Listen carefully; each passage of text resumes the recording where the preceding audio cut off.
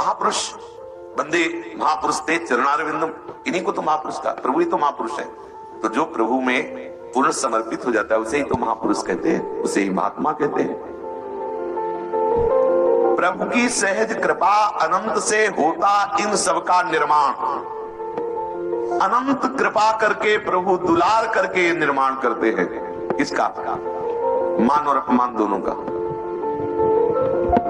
केवल अपमान नहीं, केवल मान नहीं। साधारण शीशा जब गर्म और ठंडा करके तो बुलेट प्रूफ हो जाता है, नहीं हो जाता?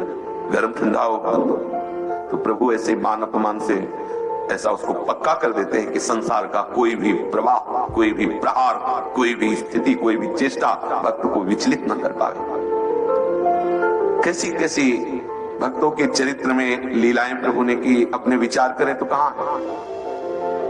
कैसे आप चरित्र पढ़ के देखो तो लगता है कि ये इस धरातल के चरित्र नहीं है, इस लोक के चरित्र नहीं। ऐसा कैसे हो सकता है? माथे में पूरी कील ठोकी जा रही, उनका ध्यान भंग नहीं हो रहा। कैसी कैसी सामने परिस्थितियां हैं भयंकर, उनको कोई परवाह नहीं, खाने के लिए नहीं, पहनने के लिए नहीं, और निराशा, कोई दुख नहीं, कोई शिकायत नहीं। हमारी स्थिति कहां है? देखो कहां है।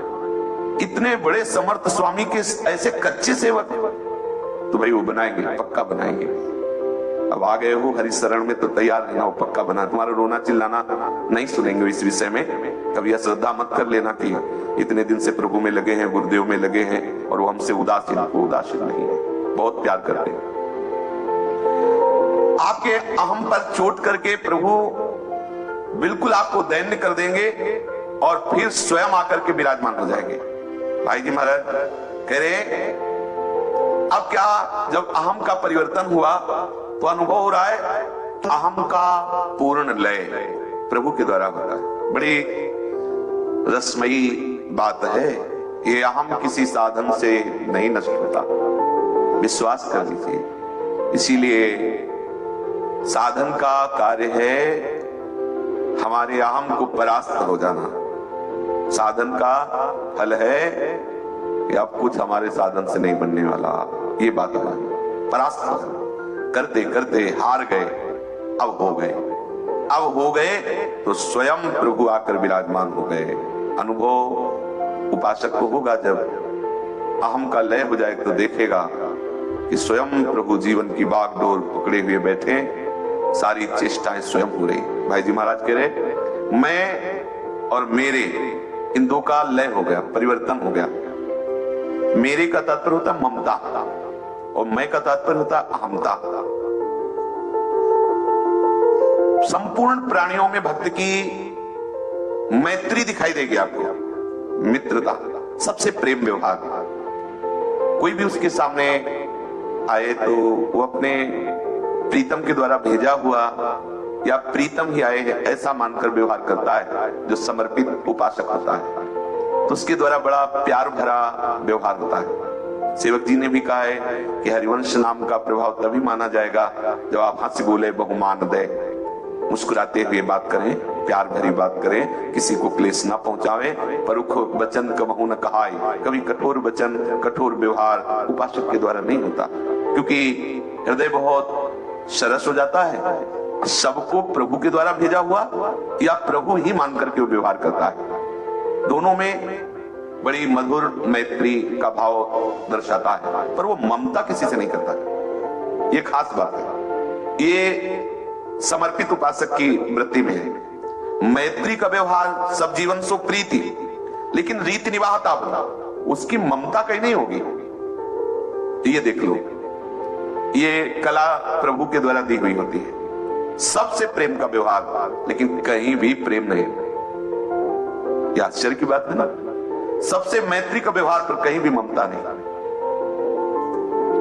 किसी भी पदार्थ के प्रति या व्यक्ति के प्रति अपनेपन का भाव ना होते हुए सेवा होना, ये बहुत कठिन बात है।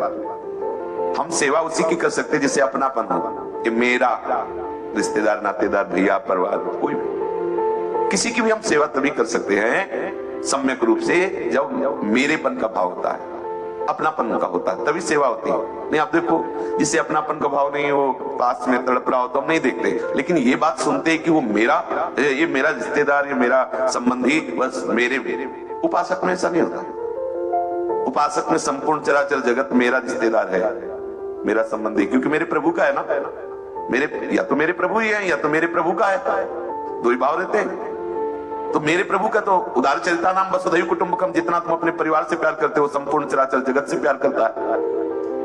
पर प्यार करता हुआ भी वो किसी से प्यार नहीं करता, ये बात नहीं समझ में आएगी। कैसी बात करते हो, प्यार करता भी हो प्यार नहीं करता, क्योंकि वो किसी नाम रूप से प्यार नहीं कर रहा, प्रभु से प्यार कर रहा है, इसलिए किसी से नहीं करता। और प्रभु से प्यार करता ही बर्ताव करता है, इसलिए सबसे प्यार करता है। उसके हृदय में आश्रयदाता का, अपने प्रीतम का ही भाव रहता है, इसलिए उसकी कहीं ममता नहीं होती। ममता प्रभु के नाम रूप में होती है। उपासक के अपने कहलाने वाले शरीर पर ममता नहीं होती, क्योंकि वो तो समर्पित कर चुका है।